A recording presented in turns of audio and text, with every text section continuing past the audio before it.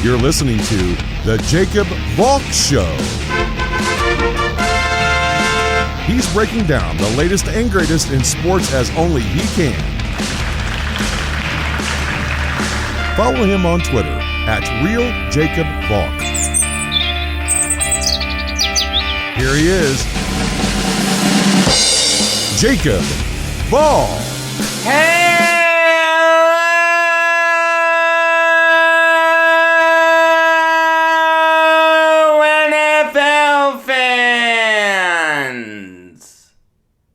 That's right, this show is just for the NFL fans because this is the 2021 NFL season preview here on the Jacob Valk Show. I am the Jacob Valk, and you're not. As promised, I'm going to go team by team, division by division, breaking down what I think everyone's going to do. I'll give you my Super Bowl pick. It's going to be a lot of fun. I'm not going to give you any award picks. I don't really like doing that before the season starts. There are just too many variables. I know some people do it. I just don't like doing it. So, let's not waste any time. I'll start with the AFC East. There's no question who's going to win this division. Just like the Patriots dominated all those years, the Bills are going to dominate this year. There's no question about it. Josh Allen with the MVP caliber season last year. They have an excellent supporting cast around him with Stephon Diggs, Emmanuel Sanders, and Cole Beasley. Although I will say I am a little concerned with Beasley in this coronavirus climate. I just don't know if anything stupid is going to happen with him. The offensive line is stacked. The defense is stacked. Jerry Hughes, Jordan Poyer, Tre'Davious White, Micah Hyde, etc., etc. The Bills are going to run away with that division. But then it gets interesting. You can really make a case for the other three teams to finish in second place. Yes, the Patriots were incredibly aggressive in free agency, but how sold can you be on Mac Jones? The Jets probably have the second best quarterback in that division, but their defense scares me. And the Dolphins have talent, but how sold are we on Tua? How sold are we on that coaching staff? Realistically, you can make a case for any one of those three teams to finish in second place. But I will say that I think the Patriots will finish in second. Adding Jonnu Smith, adding Hunter Henry, adding Nelson Aguilar, signing Matthew Judon, signing Kendrick Bourne. The Patriots improved more in free agency than any team. You want to tell me that the quarterback scares you? That's fine. You can make a very strong argument that Mac Jones is the worst quarterback in that division.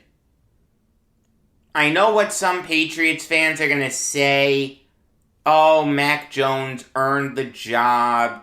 Wilson was given it. Tua was given it. That's fair, but let me ask you something. If Zach Wilson, Tua Tagovailoa, and Mac Jones were in the draft together, and the Patriots were on the clock, who were the Patriots taking? Either Tua or Wilson. They're not taking Jones.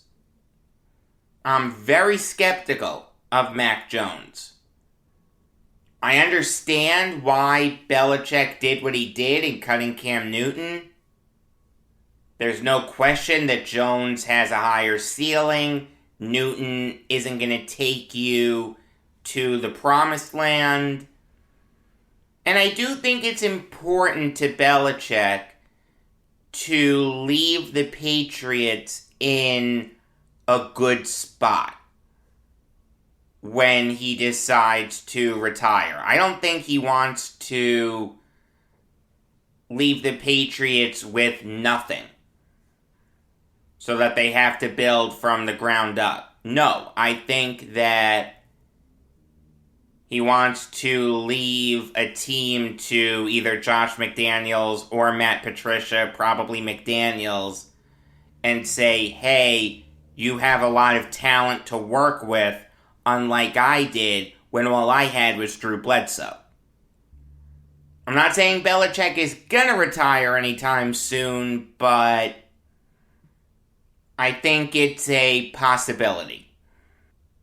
Now, you can call me a homer for this if you want, but I'm going to do it anyway. I do think that the Jets will finish third in the AFC East. As critical as I've been of Joe Douglas, there's no question that they're a lot better now than they were last year. And I understand that they were god-awful last year. Alright, they went 2-14. They were the worst team in the NFL. I don't care that the Jaguars finished 1-15. The Jets were the worst team in the NFL last year. I get that it's not a high bar to clear. But think about all the pieces that the Jets brought in. Robert Saleh's saying all the right things. I really think he's going to do a good job here. I've never been more sold on a rookie quarterback than I am with Wilson. Adding Corey Davis, giving him a true number one wide receiver will be great. Drafting Elijah Vera Tucker will be great. Signing Morgan Moses was fantastic. Yes, the defense is a big question mark. You've got some talented players there in Quinnen Williams and Foley Fatukasi and John Franklin Myers, CJ Mosley, and Marcus May. I get all that. The D-line will be fine. Not sure how much of a pass rush you're going to have, but it'll win battles at the line of scrimmage. It'll be a run-stuffing unit. The thing is, though, when I look at this Jets defense, I see 3 day 3 rookies starting. Jermaine Sherwood, Hamza Nasruddin, and Brandon Eccles. That doesn't inspire a lot of confidence in me. I'm not killing these guys, okay? I'm not saying they won't work out. It's just hard for me to bang my fist on the table and say that these guys are going to be great. I do think the Jets will finish third in the AFC East. I'll get more into it tomorrow night for my New York Jets season preview. That means that the Dolphins are finishing last. Kind of weird because I do like Tua. I do think he's going to work out. It's just once you get past him, there isn't a lot of talent on that team. Myles Gaskin will be solid. He won't look like the second coming of Ricky Williams, but he'll be solid. Devontae Parker's really good. Wouldn't call him great. Mike Gesicki's a really good tight end. He is one of the 10 best tight ends in the NFL. No complaints there. But that offensive line scares me. Austin Jackson, Liam Eichenberg, Michael Dieter, Robert Hunt, and Jesse Davis. not much there to get excited about. The defense will be solid, but realize their best player, Xavier Howard, wants out. I think that's noteworthy. I'm not sold on the Dolphins at all. I'll say this. The Bills are comfortably in first. I think towards the end of the season, the Patriots will comfortably be in second. But it will be a dogfight for third. Granted, that doesn't get you anything, but I don't think it's a guarantee that the Dolphins are the worst team in the AFC East. I think they will be, but I wouldn't bet the rent on it. A lot of things can go wrong for the Jets, and a lot of things can go right for the Dolphins. Nothing set in stone. Moving on now to the AFC North. A very, very interesting division. Out of all the divisions in the NFL, the AFC North probably has the best quarterback group. Baker Mayfield, Lamar Jackson, Joe Burrow, and Ben Roethlisberger. No other division goes 4 deep like that. I'm tempted to be different with my pick of who's going to win the AFC North, but I don't think I can. I think it's going to be very close, though, but ultimately I think the Ravens will win that division. I'll say this, though. The Ravens play the Browns twice in 3 weeks. Week 12, November 28th, they're the Sunday night game, and Week 14, December 12th, at 1 o'clock, in Cleveland. In between the Browns, the Ravens have the Steelers. In between the Ravens, the Browns have their bye week. That stretch of time, Week 12 to Week 14, will go a long way towards determining who's going to win the AFC North. But ultimately, I have to go with the Ravens. You've got Lamar Jackson, who's a perennial MVP candidate. Yes, J.K. Dobbins is out for the year. Yes, Justice Hill got hurt. But Lamar Jackson is their running game. The Ravens' offense was solely designed around Lamar Jackson before these injuries. Now, that's going to be turned to 11. I'm not in love with his supporting cast. Mark Andrews and Marquise Brown are great. I'm not knocking them. But once you get past them, it gets dicey. I'm not the biggest Sammy Watkins fan in the world. Devin Duvernay really didn't impress me last year. It does get shaky once you get deeper into the Ravens' depth, but Jackson is that guy who doesn't need a ton of help. Once we get into the playoffs, he does, but that's a different issue. This is very similar to early Peyton Manning with the Colts. One thing that the Ravens do have, though, is a fantastic defense. Marlon Humphrey, Justin Matabuki, Calais Campbell, Pernell McPhee, Derek Wolfe, Tyus Bowser, etc., etc., etc. And don't discount having the great special teamers in Justin Tucker and Sam Koch. We've seen a lot of teams win games on special teams, and we've seen a lot of teams lose games on special teams. The Ravens won't lose too many games on special teams. I think that the Ravens are a hair better than the Browns, but I think the Browns are great. I think the Browns will make the playoffs. I'm a big Baker Mayfield fan. I really, really like him. I wouldn't say he's one of the 10 best quarterbacks in the NFL, but he's certainly in the top half.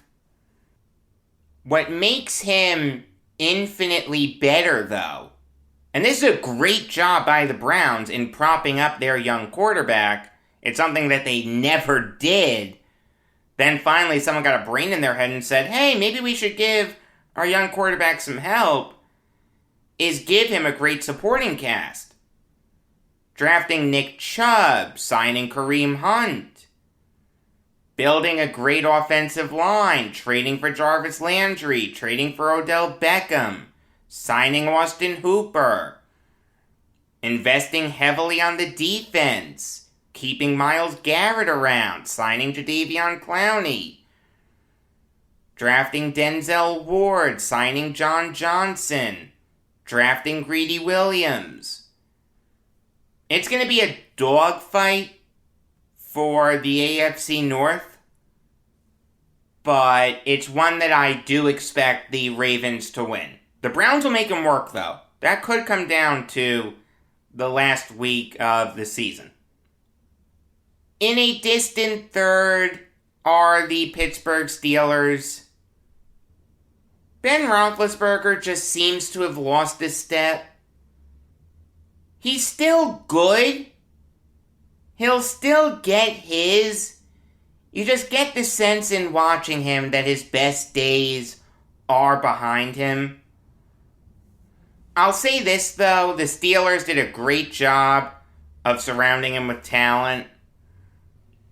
Drafting Najee Harris in the first round, having him replace James Conner,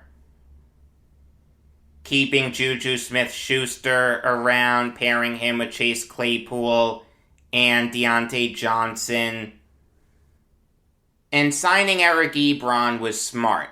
The thing is, though, their offensive line really scares me. Realize, they lost Alejandro Villanueva. He was by far and away their best offensive lineman last year. As it stands right now, the O-line is Chukwuma Okorafor, Kevin Dotson, J.C. Hassenauer, Trey Turner, and Joe Haig. That's not that good. That's gonna hold the Steelers back this year. Their defense is really good. Their defense is always good. Cameron Hayward, T.J. Watt, Minkah Fitzpatrick. But an aging quarterback combined with a bad offensive line means that defense will really need to carry the day on a lot of Sundays. I'm not saying it can't do that. It's certainly talented enough to. It's just hard to ask your defense to do that every week. The Steelers will finish in third in the AFC North. Which means that the Bengals will be in last. I feel kind of bad putting the Bengals last, because they do have a lot of talent. I know it's weird to say that about the Bengals, but they actually do. Joe Burrow, before the injury, was playing really, really well. You take a look at his stats. For the whole year, he completed 65.3% of his passes for 2,688 yards, 13 touchdowns, and just 5 interceptions. That's through 10 games. So he was going to throw for over 3,000 yards. He was probably going to throw 20 touchdowns. Burrow was on his way to doing really good things, then the injury happened. I'll say this, though. The supporting cast that Burrow has is one of the best in the NFL. You've got Joe Mixon, excellent running back. You drafted Jamar Chase. You still have Tyler Boyd. And you still have T. Higgins. I'm not 100% sold on the offensive line, And that is something that concerns me about Burrow. A, with the injury, but B, he has a tendency to take a lot of risks with his body. Hopefully the injury kind of drilled into his head that he needs to be a little more careful. Don't try to fight for every last yard. Just go down. I'd rather be 1 or 2 yards short than see my franchise quarterback get hit by a Mack truck masquerading as an NFL linebacker. And defensively, the Bengals are really going to struggle. They lost Carl Lawson to the Jets. They lost William Jackson to Washington. Yes, they still have Jesse Bates. Yes, they still have Sam Hubbard. But once you get past them, it gets kind of shaky. The Bengals will finish in last in the AFC North, and it'll be very interesting to see what they do with Zach Taylor. I don't think Taylor's a bad coach, for whatever it's worth. I understand that the win-loss record isn't good, but in 2019, that team had nothing. There's a reason they had the first overall pick. And he seemed to be doing a good job developing Burrow, then the injury happened. I'm not saying Zach Taylor's a great coach, but I think there are worse coaches than him in the NFL. That brings us to the AFC South. A really hard division to get into because you know that the Titans are just going to run away with it. I mean, I know you can say that about a lot of divisions, like the AFC West is pretty much wrapped up. The Nfc North is pretty much wrapped up. The AFC East is pretty much wrapped up. The thing is, though, I feel like there's a huge gap between the best team in the AFC South, the Titans, and the second best team, the Colts. I mean, let me ask you something. Who's better? The Patriots or the Colts? Probably the Patriots. Who's better? The Vikings or the Colts? Probably the Vikings. Who's better, the Chargers or the Colts? Probably the Chargers. It's going to be hard for me to get into the AFC South this year.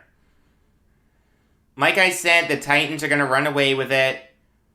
Ryan Tannehill has turned into one of the 10 best quarterbacks in the NFL. I'm going to be very curious to see what he does without Arthur Smith. Todd Downing is now the Titans' offensive coordinator. And look, Downing's been in the NFL for a long time. Seems like he has a good head on his shoulders. But being without Arthur Smith could hurt Tannehill. The thing is, though, you have Derrick Henry. One of the 3 or 4 best running backs in the NFL. If you wanted to tell me he was the second best running back in the NFL, fine. I'm not going to give you the best. That's Christian McCaffrey. But if you wanted to say that Henry was second best, that's fine. If you wanted to put Dalvin Cook ahead of him, that's fine. If you wanted to put Alvin Kamara ahead of him, that's fine. The point is, Derrick Henry is an absolute beast. And I commend John Robinson for being aggressive in trading for Julio Jones, realizing that he needed to replace Corey Davis. That wide receiver duo of A.J. Brown and Julio Jones is one of the best in the NFL, if not the best. You can make an argument that it's the best. And if you wanted to throw Josh Reynolds into the mix as the slot receiver, it's still excellent. I like Reynolds. The Titans are stacked offensively. Their defense does scare me. They did lose Jadeveon Clowney. They did lose Malcolm Butler. They did get worse at those positions, but that's not enough for me to say that the Titans aren't going to win the AFC South. Their offense is just too stacked. In the playoffs, it may hurt them, but let's cross that bridge when we get there. In second in that division is the Indianapolis Colts. God only knows what you're going to get from Carson Wentz. And that wide receiver core is one of the worst in the NFL. Yes, the offensive line is fantastic. We all know that. Eric Fisher, Quentin Nelson, Ryan Kelly, Mark Lewinsky, and Braden Smith. It's probably the best O-line in the NFL. But I don't think the talent is there to maximize the benefit of having a great O-line. Their defense will be good, anchored by Darius Leonard, Kwity Paye, DeForest Buckner, and Xavier Rhodes. And it's led by Matt Eberflus, one of the best defensive coordinators in the NFL. It wouldn't surprise me if Eberflus got a head coaching job next year. He should have gotten one in this past cycle. That's all well and good, and I understand that the Colts made the playoffs last year, but Phillip Rivers isn't there anymore. I'm not sold on Carson Wentz. I like Jacob Eason, but it's going to be tough for him to make a lot of noise with this supporting cast. And I'm not sold on Jonathan Taylor either. The Colts will be under 500 this year. That brings us to the Jaguars, a team that in a few years could really make some noise in the AFC South. But at this very moment, with a rookie quarterback and a rookie head coach, I feel like their ceiling's limited. Yes, Trevor Lawrence is going to be great. And I like the hire of Urban Meyer. But in the preseason, the Jaguars didn't impress me. I understand there's only so much you can read into that. But it didn't give me a lot of reasons to be optimistic about the Jaguars for this year. I think Trevor Lawrence will have a great season. Losing Travis Etienne really doesn't concern me too much since they still have James Robinson.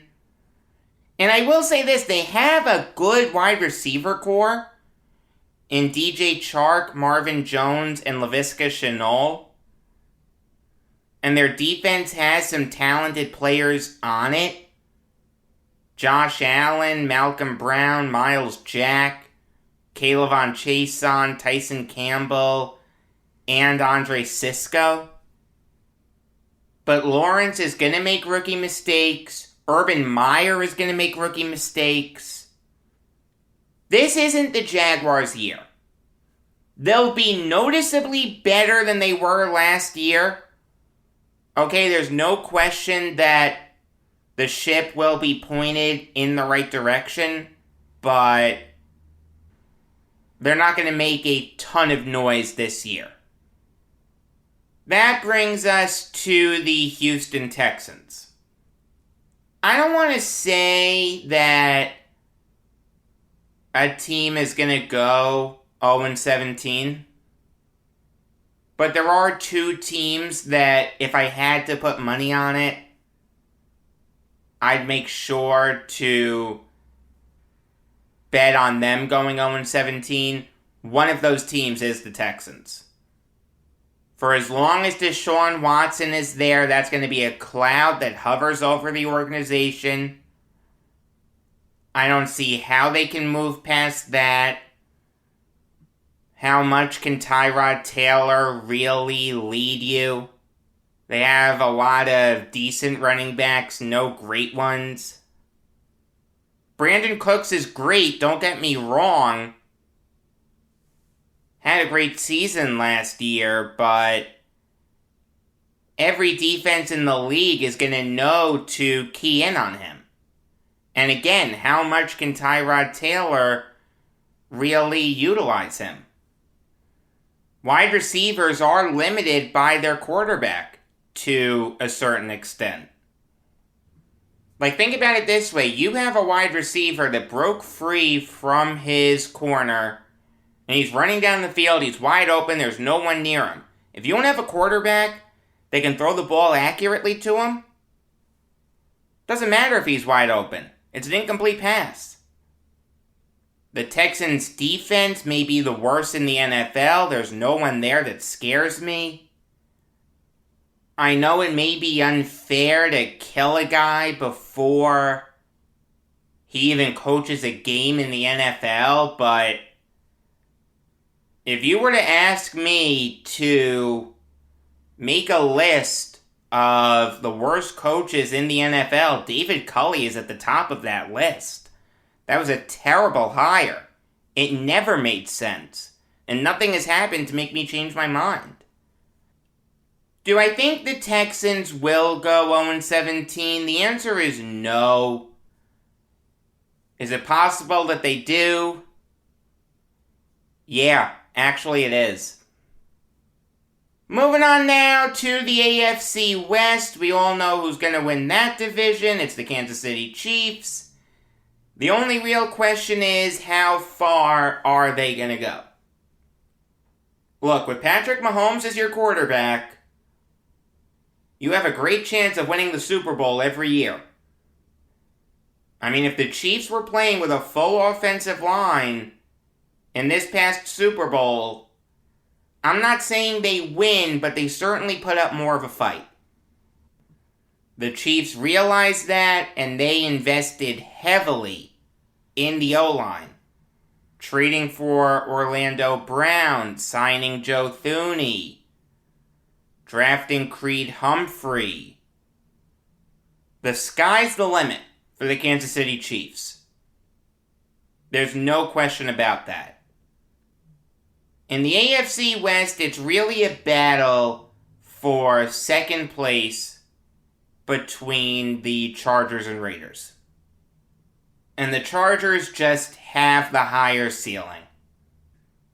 Justin Herbert is just going to get better and better. Drafting Rashawn Slater was a great move. Signing Corey Linsley was a great move. They still have Keenan Allen and Mike Williams, one of the better wide receiver duos in the NFL. Obviously, the defense is led by Joey Bosa. After that, though, it does get a little shaky. Denzel Perryman's good, not great. Uchenna Nwosu's good, not great. They don't have Melvin Ingram anymore. Justin Jones is good, not great. Combine the lack of true talent with the inexperienced coaching staff that the Chargers have in Brandon Staley and Ronaldo Hill, it does limit their ceiling somewhat on the defensive side of things, but Justin Herbert is going to carry that team. The sky's the limit for him. Great job by Tom Telesco in moving on from Rivers for Herbert. He did that perfectly. That means that I have the Raiders finishing third. The Raiders are just one of those teams that it's tough to really believe in. Last year, they started the season 6-3. They went 2-5 in their next 7. The year before that, they started the season 6-4. They went 1-5 in their last 6. This is a pattern with the Raiders. They start out well, then they just fade late. I mean, I like John Gruden. I think he's a really good coach, but it's fair to wonder if he can build a winner. I mean, think about what just happened in the draft. You reach for Alex Leatherwood. You draft Divine Diablo, who no one's ever heard of, in the 3rd round. You've already moved on from 2 of your 3rd rounders last year, in Lynn Bowden and Tanner Muse. Jerry Jeudy and CeeDee Lamb already look better than Henry Ruggs. The Raiders have talent, there's no question. Darren Waller's the 2nd best tight end in the NFL. Or 3rd best, depending on how you feel about George Kittle. I mean, Kittle got hurt last year, so I've got to ding him a little bit for that. They have Yannick Ngakoue, they have Corey Littleton, they have Casey Hayward. I like Derek Carr a lot. But I think it's fair to wonder if he'll ever lead a team to the promised land. I don't want to kill Carr. Okay, I'd take him in a heartbeat. But if I'm being fair, the Raiders have only had 1 winning season with him as their quarterback. They ended up losing to the Texans in the wild card round 27-14. I mean, granted, Carr didn't play in that game, he got hurt. That was the Connor Cook game, but Carr just strikes me as a poor man's Phillip Rivers. He'll give you good stats, and you'll hang around with him leading your team, but you'll never reach the promised land. I like Carr, I really, really do, but I don't think he'll ever win a Super Bowl. Having said all that, though, I would take him on my team. Not over Zach Wilson, I'm just speaking in general. Like, if you told me that I had to start a team from scratch with Derek Carr as my quarterback, I wouldn't be upset. I could make that work. And maybe, just maybe, I could build a Super Bowl contender around him. The thing is, though, the Raiders haven't done that. That means that the Denver Broncos will finish in last place. Sorry, Anthony, but that's just how I see it unfolding. Look, you have the worst quarterback in that division in Teddy Bridgewater. And it's nothing against Bridgewater. I like Bridgewater. He's just not Mahomes. He's not Herbert. He's not Carr. Yes, you have Noah Fant. Yes, you have Jerry Jeudy. Yes, you have Cortland Sutton coming back. Yes, you have a great defense with Von Miller and Bradley Chubb and Kyle Fuller and Kareem Jackson, Justin Simmons and Ronald Darby, but how far can Bridgewater really take you? How far can a running back duo of Melvin Gordon and Javonte Williams really take you? I like Williams, I really do, but I just think the Broncos' ceiling is limited. The thing is, though, if you put them in this next division, they'd have a good chance of winning it. The NFC East, once again, is wide open. There are 3 teams in that division that I can make an argument for to win that division. The Cowboys, with Prescott coming back, are a huge threat. Washington, with that defense and a competent quarterback in Ryan Fitzpatrick, is a huge threat. Even the Giants, I could see making some noise. They came close last year. They got a lot better. in signing Adoree Jackson and Kenny Golladay. Is it possible that Daniel Jones can take a leap in his third year? There's a very small chance of it, but it is there. If I'm being fair, I don't think it's going to happen, but it's there. Like, I'm still debating who I'm going to pick for the NFC East. Not the Giants. I just can't pick Daniel Jones. The thing is, though, you can make the argument that he's the second best quarterback in that division. Who would you rather have? Daniel Jones, Ryan Fitzpatrick, Jalen Hurts, or Gardner Minshew? The answer may be Jones.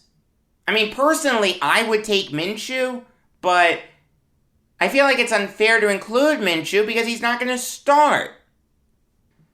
That's what I mean. Like, if you put a decent team, a team with the talent to be decent, in that division, they'll make some noise. Like, if the Bengals or the Steelers were in the NFC East, they'd have a great chance of winning it. If the Chargers, Raiders, or even Broncos were in the NFC East, they'd have a great chance of winning it. If the Vikings were in the NFC East, they'd have a great chance of winning it.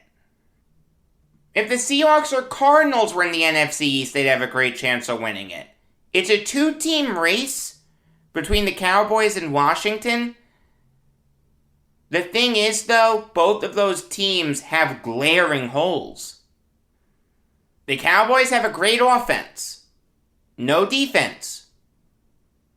Washington has a great defense, but they're limited on what they can do offensively because Ryan Fitzpatrick is their quarterback. Here's the thing, though. Strength to strength, it's really close. What's better, the Cowboys' offense or Washington's defense? It's really, really close. But weakness to weakness, what's better, the Cowboys' defense or Washington's offense? The answer is Washington's offense. Because of that, I have to say that Washington is going to win the division. I'll say this. Washington's last 5 games are against division opponents. At home against the Cowboys, in Philly, in Dallas, at home against the Eagles, at MetLife Stadium. That's their playoffs right there. They need to go like 4-1 in those 5 games if they're going to make the playoffs. But it's not impossible. For starters, Washington got a lot better offensively, realized they won the division last year with no one true quarterback. You wanted it to be Dwayne Haskins, but that didn't work out. They had 4 different quarterbacks last year. Haskins, Alex Smith, Kyle Allen, and Taylor Heineke. Now, the most you're going to see is 2. I could see Taylor Heineke taking over for Ryan Fitzpatrick. If Fitzpatrick hits a rough patch and you're struggling a little bit, bring in Heineke and see what he could do. But Fitzpatrick, I think, will be solid. Washington did bring in Curtis Samuel. They did bring in Adam Humphries. They drafted Samuel Cosme. They still have Logan Thomas. They still have Antonio Gibson, one of the best young running backs in the NFL. The defense is still fantastic, and it was made better by the drafting of Jamin Davis. They also signed William Jackson. It wouldn't surprise me if the Cowboys won the NFC East because their offense is so stacked. But I am picking Washington. Now, I will say this. In all fairness, the Cowboys' defense got better. They drafted Micah Parsons, 12th overall. They drafted Osa Odigizua. They drafted Jabril Cox. It got better. But are 3 rookies enough to fix that defense? The answer is no. Yes, bringing in Dan Quinn will help. There's no question. And maybe Randy Gregory will play in 17 games. Same thing with Donovan Wilson. But I can't say that's a division-winning defense. As shaky as the NFC East is, and as great as the Cowboys' offense is, with Dak Prescott coming back, with Zeke, with one of the best offensive lines in football, and one of the best wide receiver trios in football, that defense is going to hamper the Cowboys a lot. They're going to have to win a lot of 38-35 games. Do they have the offense to do that? The answer is yes. But it's tough to do that every week. So I do have the Giants finishing 3rd in the NFC East. Here's what I think is going to happen with the Giants. They're going to finish with like 5 or 6 wins. Let's say 6. Maybe 7 if I'm being generous. And the Maras and the Tishes are going to say, that's not enough to save your job, Dave Gettleman. You're gone. And the new GM will have the power to hire his own head coach. He'll have the power to bring in his own quarterback. Like, here's the thing. Dave Gettleman has been Giants GM since 2018. Let's look at the Giants' record since 2018. 5-11, 4-12, and 6-10. Another losing season, another double-digit loss season, isn't going to save your job. It doesn't matter if Jones cuts down on the fumbles. It doesn't matter if the defense is great again. What matters is the final record. What matters is you making the playoffs. Look, Giants fans have a right to be upset at how they didn't make the playoffs last year. The Eagles throw that game away on Sunday Night Football. They allow Washington to win, so the Giants are watching playoff football on their couch. The thing is, though, if the Giants win just one more game, they're not in the position to be rooting for the Eagles. Here's a crazy idea. Beat the Bears. Beat the Rams. Beat the Cowboys in Dallas. Beat the Eagles in Philly. Beat the Buccaneers. If you win just one of those games, and those were all one-score losses, if you win just one of those games, you're in the playoffs. You have a right to be upset that you didn't make the playoffs. You have a right to be upset that you saw Nate Sudfeld kill your playoff chances. But it's not the seminal reason why the Giants didn't make the playoffs. It's because the Giants, once again, lost a lot of close games. Look, getting Saquon Barkley back will help. And that defense is going to be great like it was last year. But Daniel Jones is going to limit your ceiling. The decision to move on from Eli Manning for Daniel Jones will go down in Giants history as one of the worst decisions they ever made. That brings us to the Eagles. Another team with a real chance of going 0-17. They looked lifeless in the preseason. Jalen Hurts did not impress me at all. I'm not a Miles Sanders fan.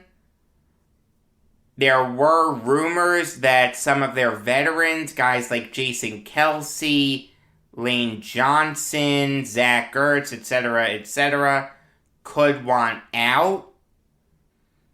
That didn't come to fruition yet, but if the Eagles start out slow, you'll hear those rumors pop up again. The Eagles have one of the worst offenses in the NFL. Their defense isn't much better, but their biggest issue is their offense. Jalen Hurts is, without question, the worst starting quarterback in the NFL. I'd rather have Tyrod Taylor than him. So he's not going to be able to make this bad wide receiver core look all that good. Yes, Devontae Smith is going to be great, and I thought that he was the best wide receiver in this past draft, but Jalen Reagor looked terrible. Greg Ward isn't that great. J.J. Arcega-Whiteside's a bust. And outside of Brandon Graham and Fletcher Cox, do the Eagles have any defenders that scare you? No, they don't. I really hope that Gardner Minshew starts some games this year, because Minshew has a chance of winning some games for the Eagles. I don't think Hurts does. If Jalen Hurts starts all 17 games for the Eagles, they have a real chance of going 0-17. It's just that simple. That brings us to the NFC North. It looked touch and go there for the Packers for a little bit, but Aaron Rodgers is still there, so they're going to win that division. Give the Packers credit for mending fences. Nothing else matters for the Packers. If they have Aaron Rodgers, they're going to win the NFC North. You want to tell me that they have a bad wide receiver core outside of Devontae Adams? That may be a little too harsh, but outside of Adams, it's not great. I get that. But Rodgers makes bad wide receiver cores look better every year. The offensive line isn't great, but that's something that Rodgers has dealt with in the past also. He does have Aaron Jones, one of the 10 best running backs in the NFL. And I will say this, I like the Packers' defense. I like Jair Alexander. I like Adrian Amos. I like Zadarius Smith. I like Darnell Savage. The Packers are winning the NFC North. It's just that simple. That means that the Vikings will finish second. I think they will make some noise. I don't think they're going to keel over and die, but they're just not as good as the Packers. Kirk Cousins is very good, but he's not great. Dalvin Cook is one of the best running backs in the NFL. Replacing Stephon Diggs with Justin Jefferson was a masterstroke. The offensive line has some talent with Christian Darrisaw, Ezra Cleveland, Garrett Bradbury, Wyatt Davis, and Brian O'Neill. Defensively, the Vikings will struggle. There's no question about that. I'm really not sold on anyone on their defense. That's the main reason why their ceiling is so limited. The offense will be good, but they're another team that's going to have to win 38-35 games a lot. You can't do that every week. Week 8, October 31st, the Cowboys play the Vikings at US Bank Stadium.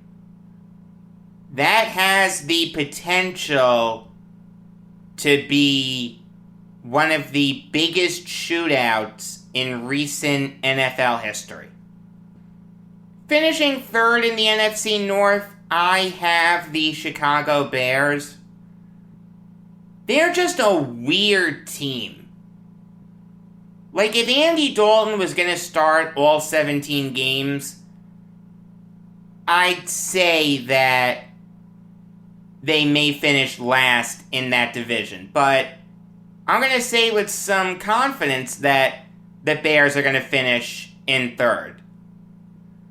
The reason being is that they made the great trade for Justin Fields. You know that he's going to play at some point this season. God only knows when, but it's going to happen. David Montgomery is one of the 10 best running backs in the NFL. Cole Kmet's just getting better and better. Allen Robinson is one of the best wide receivers in the NFL. The Bears' defense is great, led by Khalil Mack. They have Bilal Nichols. They have Roquan Smith. I think the Bears' coaches get a bad rap. I like Matt Nagy. I do think he's a good coach. I think he's been limited by what he's been able to do because he's had Mitchell Trubisky all throughout his time in Chicago. I mean, realize Trubisky was a Pro Bowler with Nagy. Mitchell Trubisky will never make another Pro Bowl now that he's not with Nagy. The Bears will be solid this year, but they won't make a ton of noise. You'll see that the ship is pointed in the right direction. And I'll say this, the Bears are set up really well to dominate the NFC North for the next decade or so. I'll take Justin Fields over Jordan Love. I'll tell you that. And Kirk Cousins isn't getting any younger. Fields has the ceiling to be better than Jared Goff. It's just for right now, the Bears aren't going to make a ton of noise. Speaking of the Lions, it's going to be really tough sledding for them. Their first year without Matthew Stafford. It's just going to be tough to get into it. You know that they're not looking to make any noise this year. They have the worst wide receiver core in the NFL. I'll say this, though. I think Jared Goff has gotten a bad rap. There's no question that he's going to be worse under Dan Campbell than he was under Sean McVay. But realize something. Every full year that Goff has been in the NFL, he has completed over 62% of his passes. He has thrown for over 3,800 yards. He's thrown at least 20 touchdowns. Did he ever become the great quarterback that you thought he could be after making the Super Bowl in 2018? The answer is no. But I think Goff is very good. There are worse quarterbacks in the NFL by far than Jared Goff. That brings us to the NFC South. Another really bad division. Both South divisions, the AFC South and the NFC South, are going to be tough to get into. This is the Buccaneers division. We all know that. No team is going to touch them. The Buccaneers won the Super Bowl and brought everyone back. That's never been done before in the free agency era. It was a masterstroke by Jason Light.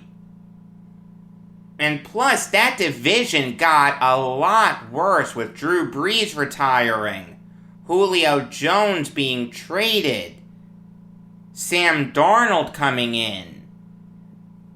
it wouldn't surprise me if the Buccaneers went 6-0 in division games. Now, it is really tough for me to pick who's going to finish in second. The Saints are going to take a huge step back after losing Breeze to retirement. Yes, Breeze wasn't the quarterback that he once was, but how much faith can you have in Jameis Winston? Sam Darnold has an excellent supporting cast, but he's Sam Darnold. All in all, I'll take Winston over Darnold. You all know that I hate Darnold. I don't think he's going to amount to anything in this league. And I could see Winston turning his career around. After getting the laser eye surgery, after learning behind Drew Brees, I'll say that the Saints finish in second in the NFC South. Also, it's tough to bet against Alvin Kamara. Then again, it's tough to bet against Christian McCaffrey, but realize he's coming back from injury. That does scare me a little bit. McCaffrey will be great if he stays healthy. If he doesn't, then the Panthers are screwed again. The biggest thing with the Panthers is their offensive line. They're going to start Cameron Irving, Pat Elflein, Matt Paredes, John Miller, and Taylor Moton. That may be worse than some of the offensive lines that Darnold played behind when he was a Jet. It's great that you have McCaffrey. It's great that you have DJ Moore. It's great that you have Robbie Anderson. It doesn't mean jack if you don't have an offensive line that can give the quarterback time to let routes develop. It's going to be a lot of quick passes. I'll tell you that. It's going to be a lot of 4 and 5 yard passes. That means that the Falcons will finish in last place.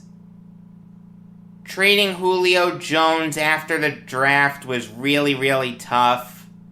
You got no better this year. The Falcons are just in this weird mode. It seems like they're trying to go for it while rebuilding. It's not going to work. I mean, Mike Davis is good, but no one's going to mistake him for Michael Turner anytime soon. I mean, I love Kyle Pitts. I like Calvin Ridley. I like Russell Gage. It's just tough for me to envision the Falcons doing anything when they traded one of their best players. I've said this before, I'll say it again. If you're going to blow things up, blow things up. If you're going to trade Julio Jones, take that to its logical conclusion. Move on from Matt Ryan. Like, let me ask you something. Would it stun you if the Falcons benched Matt Ryan for Josh Rosen? I understand that the chances that Rosen ever becomes anything in this league is slim to none, okay? I got him wrong coming out of UCLA. I got Darnold right, but I got Rosen wrong. The thing is, though, if you already have Rosen and realize he's still young, he's 24, why wouldn't you try to develop him? If it's late in the season and you're not doing anything, give Rosen some starts. I'm just really confused with the Falcons. I don't know what to make of them. Arthur Smith is good, but he's going to have his work cut out for him as their new head coach. The last division to talk about is the NFC West. And obviously the Rams are going to win it. Even though I like Jared Goff, There's no question that Matthew Stafford is an improvement over him. Not the massive upgrade that some people would have you believe, but it's still an upgrade. And when you have Cooper Kupp and Robert Woods and Tyler Higbee, Stafford's going to have a field day. You have Aaron Donald, the best defensive player in the NFL. Really good special teamers and Johnny Hecker and Matt Gay. And one of the best coaches in the NFL and Sean McVay. The Rams are set. The one thing that does scare me is their running game. But Sonny Michel and Darrell Henderson will be solid. Not great, not terrible. This is going to be a very pass-heavy offense, and I'm okay with that. That suits Matthew Stafford more than it suits Jared Goff. There's no question about that. The thing is, though, the Seahawks are going to play him close. I think the Seahawks will finish like a game or two behind the Rams, but it'll be a dogfight. The thing that scares me about the Seahawks is their O-line. And I know that Russell Wilson isn't 100% sold on it. Dwayne Brown, Damian Lewis, Ethan Posich, Gabe Jackson, and Brandon Shell isn't going to remind anyone of DeBrickashaw Ferguson, Alan Faneca, Nick Mangold, Brandon Moore, and Damian Woody. Yes, you have DK Metcalf and Tyler Lockett. Yes, Dwayne Eskridge is going to do some good things in this league. Okay, I think he landed in a really good spot with the Seahawks. But Chris Carson's injury prone. I'm not in love with their defense. And I think we could hear rumblings that Russell Wilson is upset if things go south. And it's very possible that things go south. But I'll say this, I do think the Seahawks are going to make the playoffs. If you have Russell Wilson as your quarterback, you've got a great chance of making the playoffs. That means that I have the Cardinals finishing third in the NFC West. Maybe that's a little weird to some people because obviously they signed A.J. Green. They traded for Rodney Hudson, they signed J.J. Watt, and they drafted Zaven Collins, who I really liked out of Tulsa. The thing is, though, I am not a Cliff Kingsbury fan. Okay, Kyler Murray seems to be fully dedicated to football, and he is an excellent quarterback. No question about that. But Cliff Kingsbury had some moments last year where he just made you scratch your head. Losing those 2 games late in the season to inferior 49ers and Rams teams really left a bad taste in my mouth. I mean, here's the thing. If you're the offensive guru, you should be able to make any chess pieces work, right? Maybe he's not an offensive guru. Let me ask you this. If Kyler Murray wasn't playing for Cliff Kingsbury, would he still be great? Would him and DeAndre Hopkins be one of the best quarterback wide receiver combos in the NFL? The answer is yes, because talent wins over scheme in the NFL. Look, it wouldn't stun me if the Cardinals made a lot of noise. If Kyler Murray took a massive leap forward like Josh Allen did. It's possible that the Cardinals could leapfrog the Seahawks.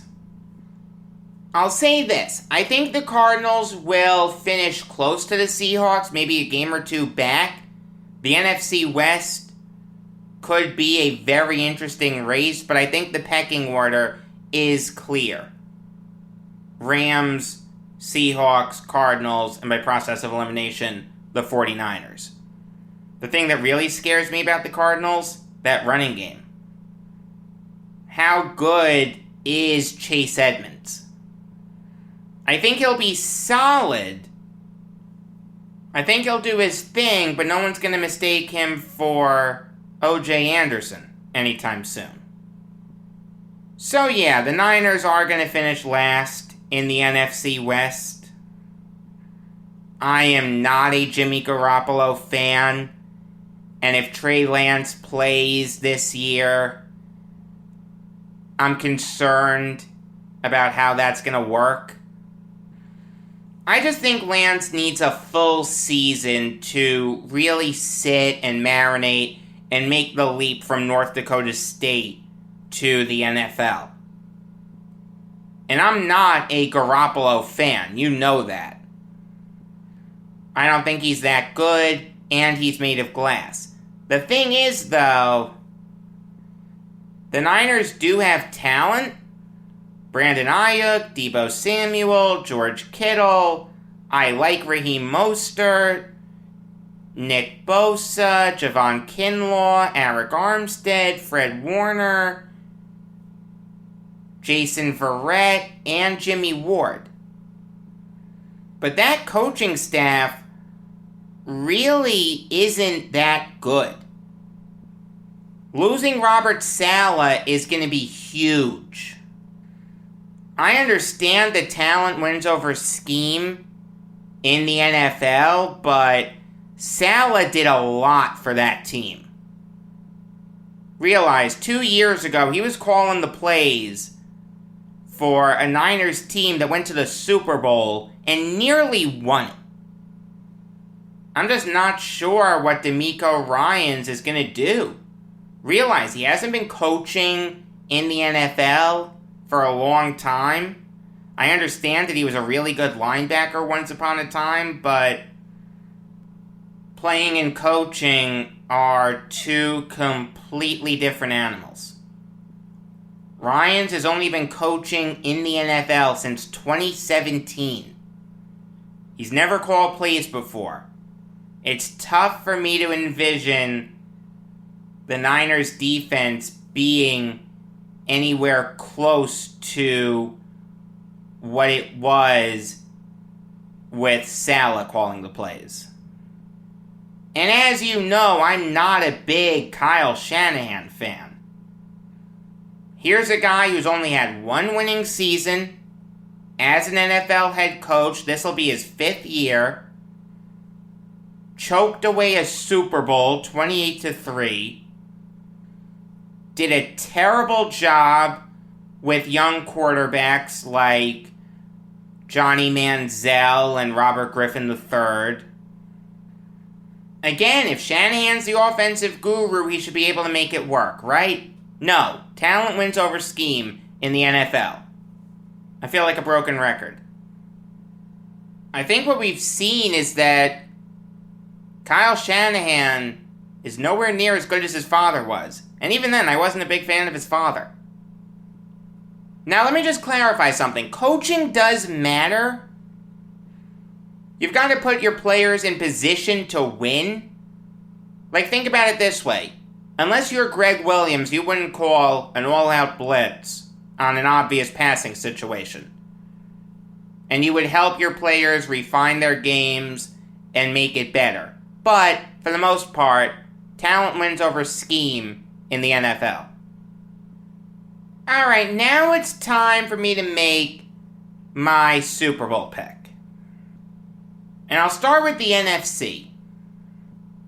I can't pick Washington because Ryan Fitzpatrick isn't going to lead you to a Super Bowl. I can't pick the Packers because they just have too many holes. They're relying on Rodgers for too much. And what we've seen is that Rodgers needs a little bit of help to get over the hump. There's nothing wrong with that. Football's a team sport.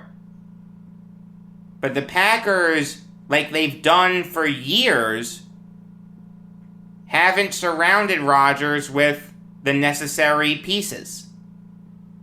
And I'm not going to pick the Rams because I don't think the gap between Jared Goff and Matthew Stafford is exponential.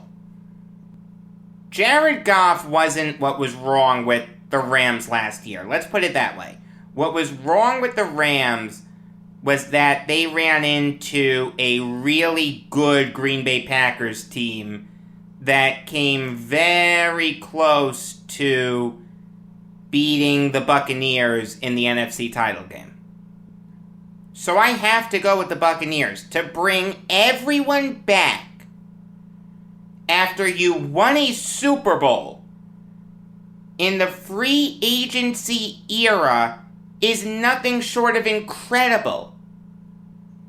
Do the Rams have a great chance of winning the NFC? Yes. Do the Packers have a great chance of winning the NFC? Yes. But football is a team sport. And when you bring back the entire team that won a Super Bowl, it's hard for me to bet against that.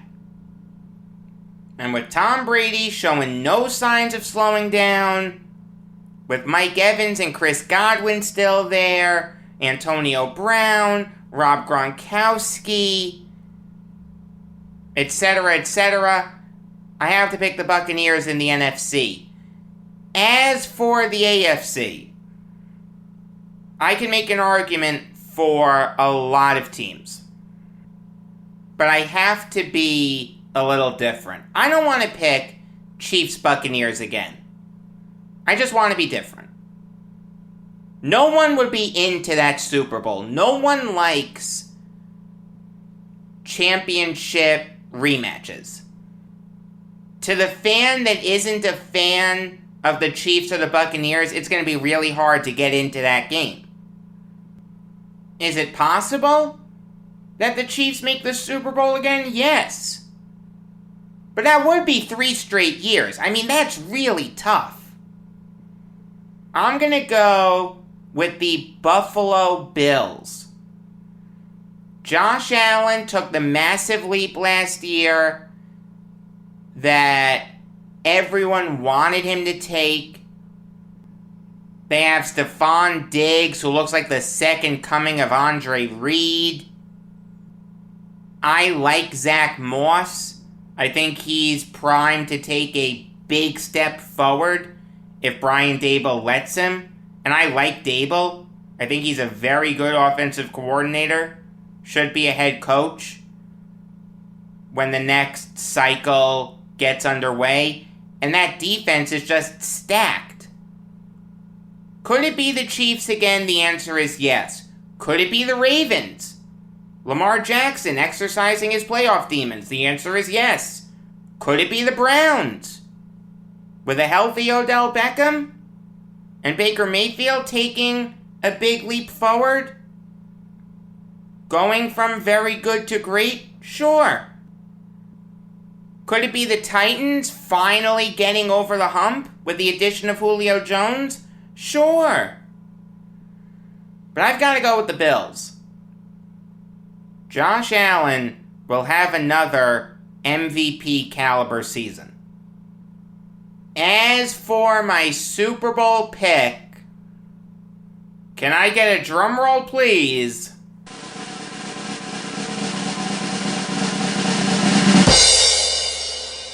The Buffalo Bills will win their first ever Super Bowl. Tomorrow, you're going to get the interview that I did with Lou Friedman. This time, we're chatting about the book that he wrote about the 1930 MLB season. Always like talking to Lou. Very good friend of the show. Tomorrow night, you're going to get my New York Jets season preview. I'm going to go position by position, breaking them down. I'll give you my final record pick. It's going to be a lot of fun. Until next time, I'm Jacob Valk, and always remember, if you disagree with me, you're wrong.